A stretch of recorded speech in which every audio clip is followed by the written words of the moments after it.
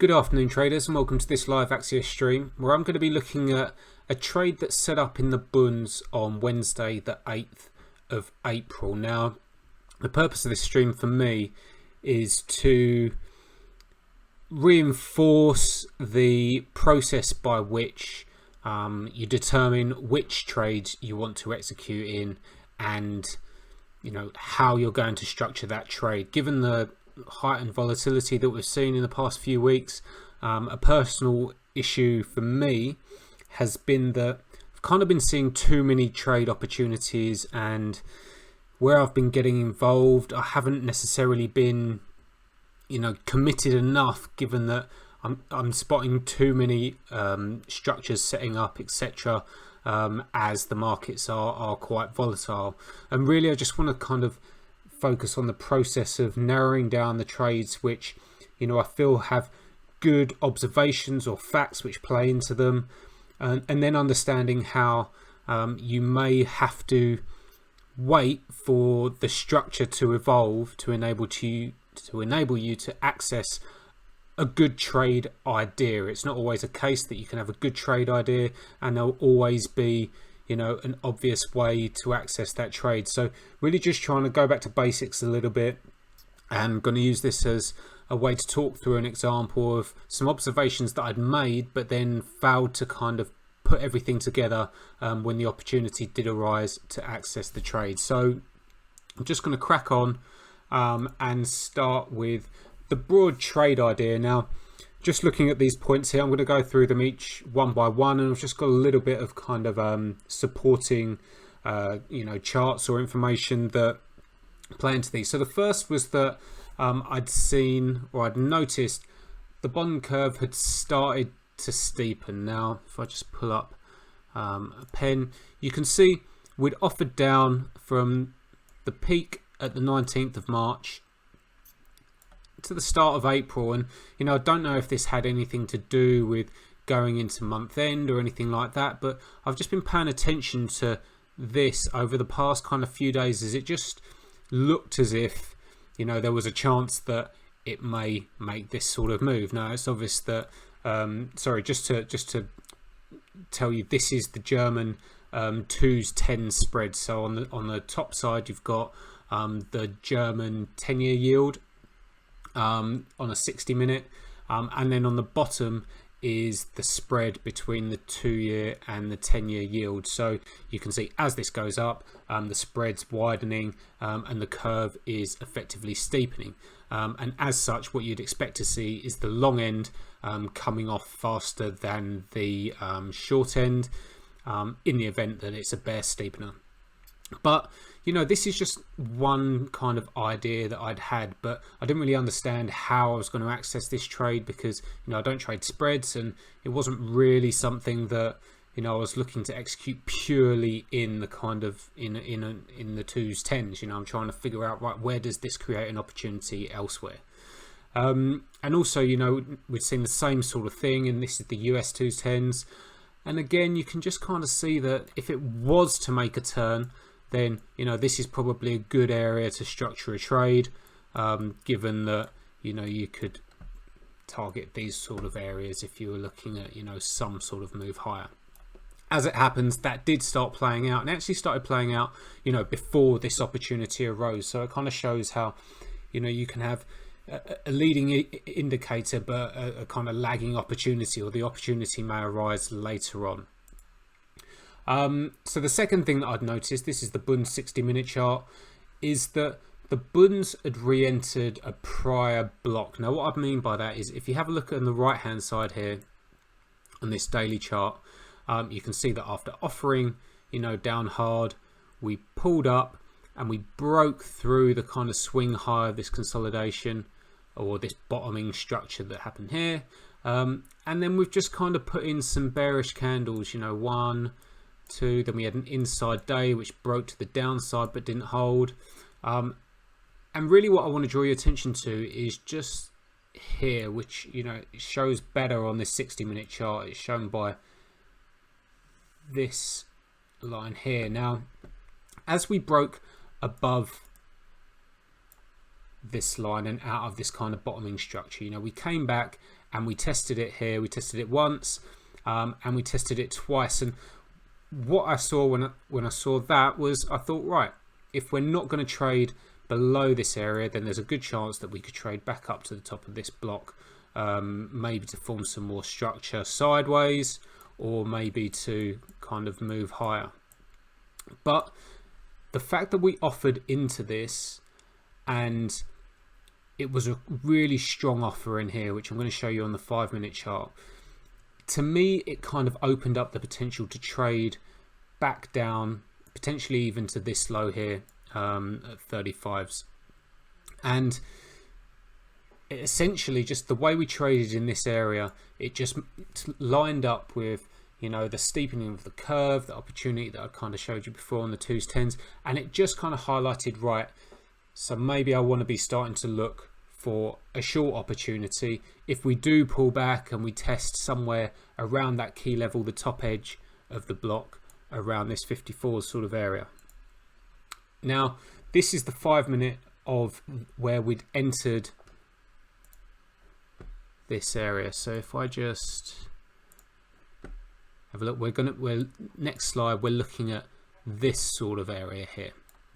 So you can see 54s was the level, or broadly the level, and 54s comes in about here. So you see we had a little bit of structure, well, somewhere in this area, and then we broke down at the start of the day and offered for the entire day, really, which, you know, the way the Bunds, and to be honest, all the markets have traded, where, you know, we've seen these fast moves on the cash open or the futures open, but it's been quite often that they've been done a relatively low volume, or these really fast moves, and they've been retraced quite quickly, you know, and you can get caught trying to sell here, looking for the rollover. Whereas if you notice here, it wasn't necessarily the nicest move after the initial pop on the 8 o'clock, but I think we left single prints here at 35s. I remember thinking that I was trying to structure a short in here, but you had to wait for so long until it actually got to 4 o'clock, I think. Well, we had one offer here into the cash US session around 2:30, and then it pulled back here to around 4 o'clock and offered really strongly into the close down here. So I know I'm drawing a lot of lines on here, but really it's just to highlight the fact that yesterday, or the prior day, was a really weak day, and it was this kind of grinding into this, back into this block, which, you know, to me, if you were going to fail inside that block, you should see like a fast move and then potentially a pretty quick rejection. We didn't really see anything along those lines. You know, in fact, it seemed to just be finding value within that area. So again, that just kind of played into the hands that, right, I might not have got on this move, you know, the nicest part of the move, but potentially there's going to be an opportunity for a short if we think that, you know, those 2s, 10s are going to continue to widen, and we've got, you know, targets towards the bottom end edge of the 60-minute range that we'd seen. So, sorry, 1 second. So then really it's a case of looking at, right, how do I structure a trade, you know, to access this opportunity? And realistically, in these sort of markets, selling a low, I kind of feel like, is the worst thing that you can do at the moment, because unless you're so highly convicted, when you start going offside, you're not going to know if you're wrong, or if it's just a pullback, or if it's just the noise that you're seeing given the higher volatility. So just going to have a look through some of the points which opened up this trade, which really, had you been monitoring it and you'd seen these line up, you would have thought, right, that's really, it's really good luck, to be honest, that you've spotted this trade and then the access kind of was given to you. And really, this is the purpose of this stream. It's where, you know, you see something set up and you think, oh, there's never going to be a pullback that's worthy of getting on that trade. It does occasionally happen, and those are the ones where, you know, they're quite often the best trades to get on, because they're kind of out of the blue. You're already prepared, you already know where you're wrong, and, you know, everything just kind of lines up sometimes. So the first point here is we retrace the prior day's move on really low volume. It's probably better shown on this chart. So you can see this is the offer that I spoke about. This is the offer into the close, and then we can see from here from 5:30 on the prior afternoon, we just kind of retraced pretty much the whole of the move and got to here, and this is the 7 a.m. Open. But sorry, one sec. But generally, when you have a really well auctioned move on good volume, if it's retraced in the overnight session, it does create an opportunity that if you start to trade out this area, it can be quite a fast move as we pretty much get back to where we were before the markets closed, the volume came out, and it was able to just kind of drift higher. And what's kind of doubly good on top of this, I know that's not very good English, but was that we then had a big dislocation into the 7 o'clock open on some news. Now that's shown here in this Twitter box. Essentially, the Euro group have been meeting, or had been meeting, pretty much for the 12 hours before. So I think they probably started their meeting around this sort of time, and I think they were working through the night, trying to see how they were going to band together to put together a solution, whether it be through stimulus, corona bonds, accessing the ESM, which I won't go into these for now, but essentially there'd been a lot of hope put on this meeting. They'd sat down that they were going to try to come to some sort of conclusion on how to kind of support each of the economies within the Eurozone. Now, just before 7 o'clock, as you can see here, I think this is probably the 6:55 candle, because I think it happened a minute or two before the 7 o'clock.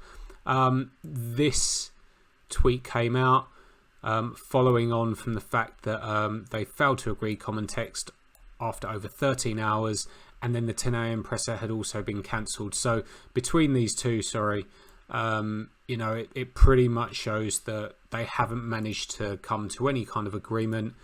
And really the market just went risk off on that. We saw, the bonds push higher. We saw equities come off. We saw the euro really steeply come off.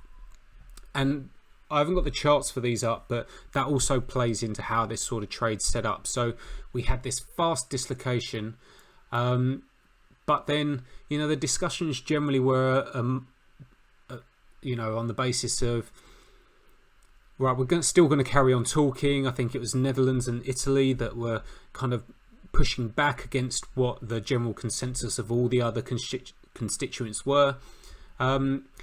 And something I want to draw to your attention is when you have these fast moves in this session, you've got to recall that if you look at this bar, these volume bars here, and this bar, you can see how much volume was done on the 6:55 candle and how big a bar it was. So it was still this whole bar. I think that was 24 ticks or so. And then the next bar, fair enough, it's quite big, but it shouldn't really suffice that sort of move. But that is what you get in the early part of the future session when everyone's getting in. Obviously the markets have been open, but they still kind of adhere to the 7 a.m. opening time, which we'd seen for the up until a couple of years ago or a year and a half ago. But again, that's kind of even pushing or overstretching this low volume pullback even more, where if we think we've had this whole part of the move done on low volume, and then we've had this extra bit done on low volume, it's starting to open up opportunities, to potentially look for the retracement of this. And then when you overlay that on top of the fact that, we still look pretty bearish at this point, nothing's really changed other than, there's been this discussions of the meeting. It shouldn't really be enough to push the market up. What's that, 24s to 28? So it's up over a point from there to there, which gives you a lot of room to try to structure a trade in. And even then, you wouldn't really need to be thinking, right, let's get involved here. It can more just switch you on to the fact that, right, things are starting to kind of set up that there's at least an opportunity where I can define my risk potentially above the 54s, which I'd shown you on the 60-minute, to access a trade in here, or I can look for some better structure to set up on a shorter time frame. And that's what that's what happened. So we then failed to extend higher, so we're just on 0.3 here.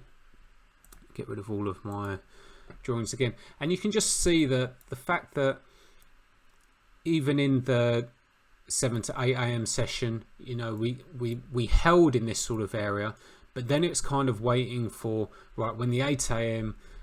Opens, and you should get a bit more volume, which you can see we didn't really get much more volume. You know, what's going to happen? And we just drifted lower. It wasn't particularly nice. It was a bit of a choppy sort of move. And, you know, that was the first indication that, right, we might start and get back to trading out this sort of area here from where the move started back to where we were on the close the prior night. And again, this is where I can be a bit hasty to jump into these trades. I can look to start selling here.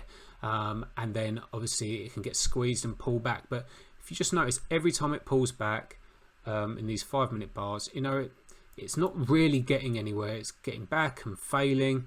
And then after it failed twice and pulled back, really this is where you can really start to look to structure your trade, where, you know, you can look at, say, these double O's to be your stop. You know, you're thinking, right, I've got to target a break through 68s, but then really I'm looking to retrace proportion, if not all, of this move. So, you know, without trying to kind of just structure a trade so you've got infinite risk reward, which never makes any sense, you know, you could broadly look at, right, if I'm getting involved anywhere in the middle of this kind of range, if I'm working an entry here, you know, I think it should at least, you know, if we're going to reverse and I get stopped out here, fair enough. But if we do break down through here, the chances are that it shouldn't just take this by a few ticks and then bounce back up. You know, there is good kind of value to positioning in this area, even if you're only getting 1-to-1 to the break level, when you're looking at the fact that, right, I'm looking to run this through the break level. And that's what played out. And maybe this is all a bit hindsight, but really, if I focus more on the process of going about this trade, it did set up. You were given, you know, a pretty clean, albeit choppiness within the kind of clean part of the structure. You know, you couldn't really hide from this structure this morning when you were looking at it. Even if you didn't have any other reasons to get in this trade, you could kind of look at the fact that, right, that's looking like a move lower. You know, it's not rocket science sometimes, but then when you overlay it on the other things that we've spoken about, given the fact that we'd kind of accepted value within that prior 60-minute auction block, you know, we'd retraced a large proportion of the move, and we kind of had the retracement of that news, which also the retracement was occurring in the euro and equities as well. So, you know, that kind of gave you a little bit more to lean on by way of the correlations, just that you weren't completely off track. And to be honest, in this market, for me, that kind of seems like, you know, if you've got enough things to layer together, then you just need to kind of hold on to the trades, because it's so easy to get chopped out in these sort of conditions, and it kind of throws away good opportunities sometimes. And really the idea should be to kind of, you know, understand that you're working bigger ranges, but you've got to utilize, you know, smaller size so that you can hold on and weather some of this volatility before these trades go. Because when it did finally go, it was pretty clean. Even when it flagged here, I mean, you know, there was good reason to hold, or at least reposition if you had got out for the taking of this level, to see what came down, how far it could come down through here. But anyway, that's just a kind of brief summation of how I'm looking to, you know, put more time and effort into thinking a bit slower to structure some of the trades that are setting up at the moment. So really just some of the key takeaways. You know, try to slow your idea generation down. For me, when you observe these things, as I'd seen, which all kind of started with looking at what was happening with the curve, and then noticing that the T notes and the Bunds look quite heavy. You know, it did kind of eventually set up to a trade, but you had to wait for that access to really show its hand, and that pretty much happened, you know, a good kind of maybe 24 hours after, you know, the initial idea came to mind. For me, I can get so kind of caught up with the FOMO of trying to rush into these trade ideas, where you know there's something there and you just want to make sure that you don't miss it, because sometimes in these markets it just breaks and goes. But to be honest, that just opens up too many trade opportunities, and your hit rate's going to be so low that the net result is going to be negligible at best. So really just focusing on focus on the process of structuring these trades, and if anything, it should reduce the amount of trades that you're executing in, but give you more confidence and more conviction when you do. So that's all from me. Trade well. Hopefully I'll have another example for you next week, of one where I did execute and layered the various information together for a successful trade. But trade well, and I'll be back with you soon. Cheers.